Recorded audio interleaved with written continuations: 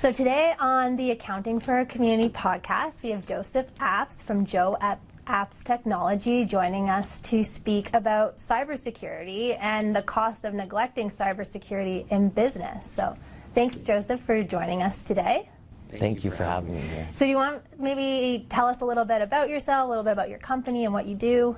Yeah, so what my company does is we specialize in technology support for small businesses. We provide A to Z support to make sure that the small businesses get the support they need from a one-stop shop.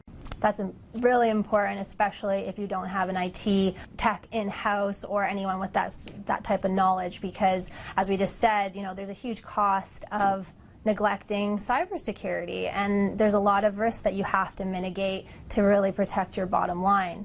So what would you say are the biggest cybersecurity risks that affect businesses today? The biggest risks that we see are businesses not taking cybersecurity seriously, not training their employees, not looking for external items to help protect their organization, such as firewalls, VPN services, and other security services that they can do, such as multi-factor authentication. So those are the kind of biggest threats that we're seeing, is people getting into their emails through phishing scams and not having extra security, and a bunch of different layers of attacks like this. How can businesses protect themselves? The easiest way for businesses to protect themselves is through a layered approach. So keeping their systems up to date, making sure that they use secure passwords, and making sure that they have backups. These are all free things that businesses can do themselves to make sure that they're meeting the baseline of security. All right. And so how can companies develop comprehensive cybersecurity strategies? So you did cover some of those right there. That consider both their current needs and their future growth plan? I would say the best thing to do in that part is to work with an IT provider, an IT director, or someone with a technical background so that you can develop a proper plan. Since each businesses are different, a lawyer's going to have different needs than an accountant or a hairdresser or somebody that's just running a landscape company, right? So there's different degrees of security that they would need based on the companies they have and the personal identification information that they're taking in from their clients. So credit card numbers, IDs, things like that. In accounting, you're going to have a lot more social insurance numbers, IDs, than you would if you're running a landscape company, right? So identifying the threats and the surfaces that your businesses have, and then putting in place proper protocols to make sure that this information is secured and safe in the best way possible. Amazing. So obviously, employees play a big factor in cybersecurity. What can businesses do to train and educate their staff on best practices? The best way to do is a constant education program with employees, and that needs to be continuous because threats are always changing. So we're finding lots of businesses are enrolling their employees in extra cybersecurity training, such as they do sales training, management training, HR training, general training for the organization on the systems that they use, anything along that. We're finding a lot more businesses are now adding that onto their training programs, and that's a huge thing that we can do to combat, because unfortunately the user's the weakest link in the system. They're the one that's going to be asked to enter that information, and if the actor places that cue in the right spot, so acting on emotion or getting them to enter that very fast, then they have your credentials, and that's when the bad stuff happens. Right. Yeah, absolutely. I know SB Partners IT director is huge on training. We just actually did an IT training session not too long ago. So yeah, that makes a lot of sense. Can you explain what social engineering is and impersonation attacks? You mentioned phishing. Exactly. So phishing is kind of the base level. Where hackers have got more complicated now is they're getting inside the emails and actually doing research on the company. So they're seeing how you communicate with different partners. They're seeing, that C-level, D-level, management level. Maybe that's the mom and pop shop. They're seeing who those owners are in the business, right? So they're really doing identification research to build the business. So they'll kind of go through a case file basically and build, this is the type of business, this is who owns it, these are their emails, and really gain knowledge on the company. Once they have that knowledge, it's easy to impersonate your boss. Maybe they've gone on vacation and they're asking a quick request. Let's say they've gone to Africa, they don't have access to the internet and they need some money transferred very fast. You're more bound to act on that if a hacker's playing on those attentions than them just kind of going out of the blue and saying, hey, I'm away, can you send me a gift card? Maybe the boss is away, maybe they're not. This part, because they've been in the email and they're really impersonating and learning about the organization, they're ready to attack and deploy when they see the opportunity. opportunity. So now what we're doing is we're not seeing these kind of quick attacks and these ones that are easily avoidable. We're seeing these attacks where they're really inside of the email and using that to their benefit and learning about the organization. So the best way to kind of keep protected from that is for the IT to run an audit on where the emails are being used and know kind of where their users are, their locations, and make sure it's not being accessed outside of the environment. Right.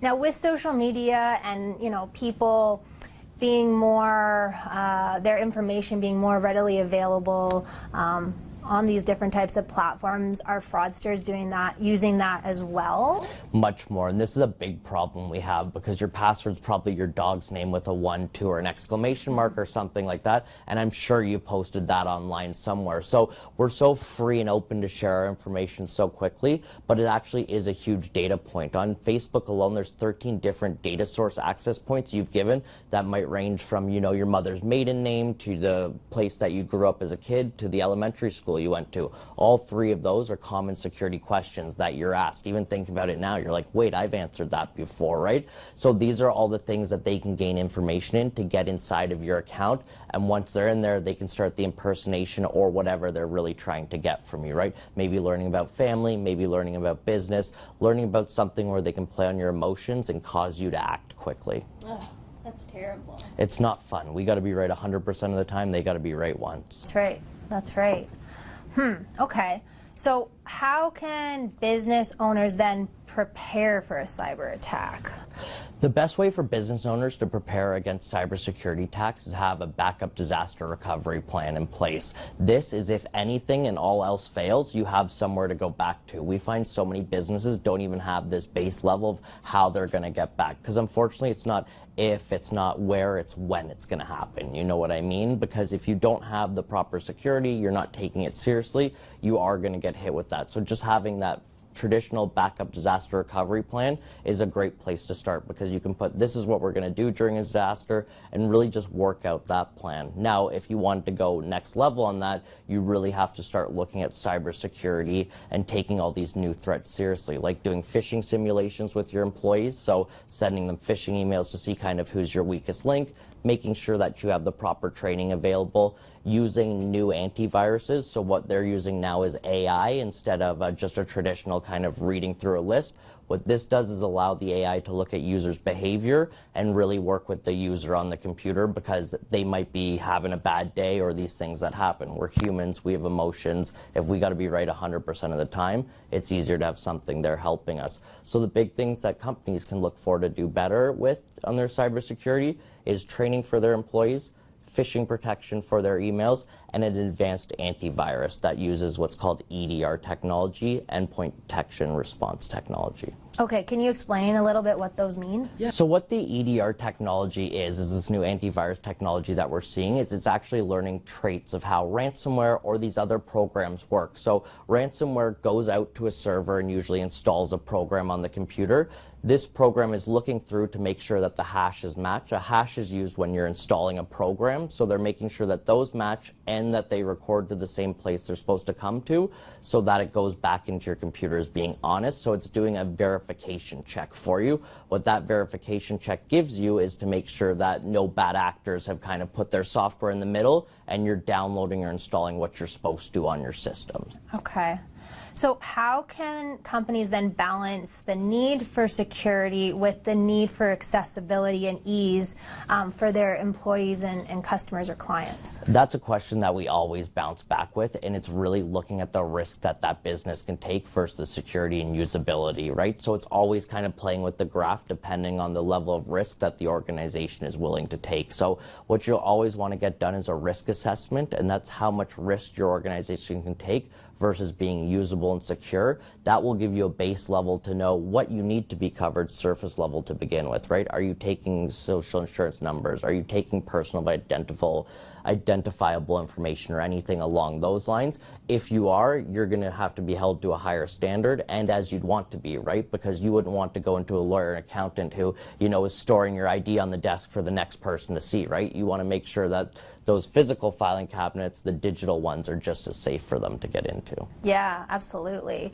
Now, speaking on this, with the cloud now being, more popular than ever, like what are the risks associated with storing data in the cloud? There's going to be risks of storing your data anywhere. There's pros and cons to both systems, and the biggest cons that we see in the cloud are if something happens to the cloud. So the biggest thing that you can do is read your security practices from the company you're trusting with their cloud data. If they have no security practice on their website, I would definitely be avoiding them. But if they're explaining on their website their best practices, their security, their compliance, their ISO levels, stuff like that, they've taken the proper steps to go above and beyond what anybody's asking them to do. You know that they care about your data and are taking care of that. So the best thing you can do is just do your research on these companies, make sure that they're compliant and that they're taking care of your data and have a security plan in place if something happens. Definitely. Now, what are some of the most common mistakes that businesses make when it comes to cybersecurity, and how can business owners avoid them?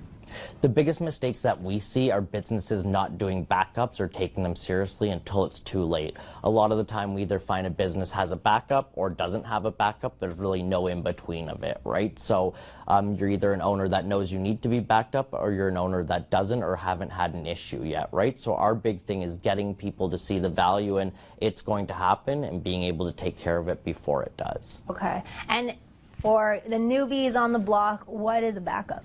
What is a backup? A backup is a backup of your data. So if your cell phone crashed, your computer crashed, your server crashed, or where you house any of your data information was to fail, you have somewhere else you can go to get that. So what we like to do is the 3 rules. So have your data in 3 different places. 2 physically, so one that's actually on the site, one that you would take home or another isolated area, and then one that's in the cloud. This way your data is spread out in different locations. If one thing was to happen, let's say the building burnt down, you would still have that at home copy and the cloud copy, or you have the different ways to access it based on that as well.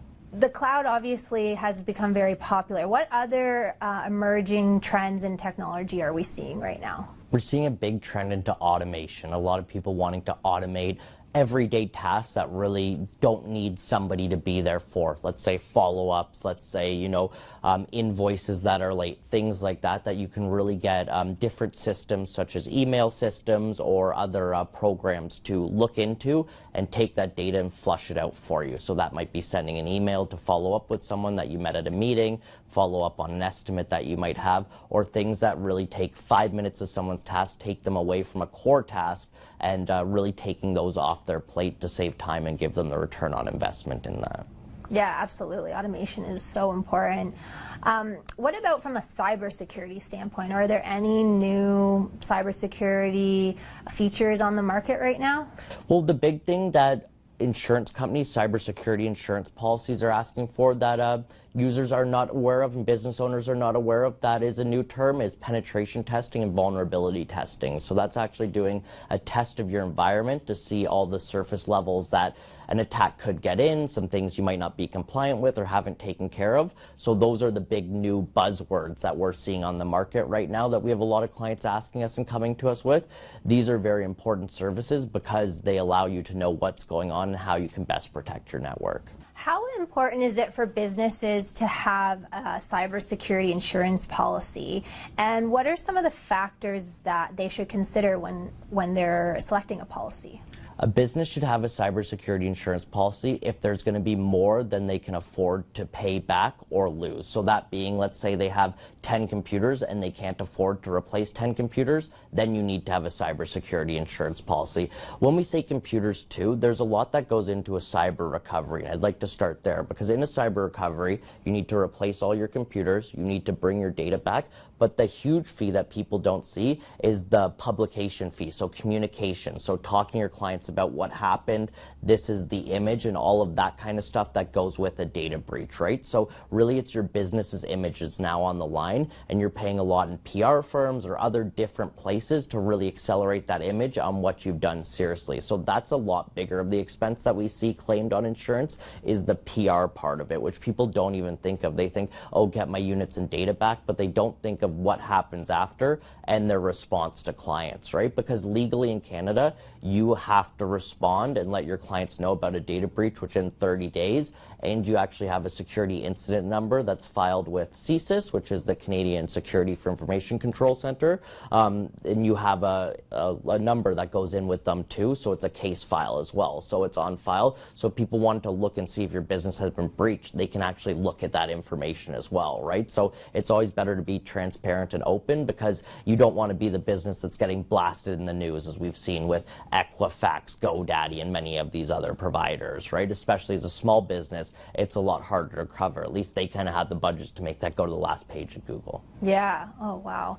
You wouldn't consider really like how much your brand's reputation is worth, right? Exactly, until something like that happens and you're really put on the spot, right? There's nothing like someone getting into one of your employees' emails, them giving out a bunch of client information, and you looking, kind of there with your foot stuck in the door, right? Yeah, absolutely.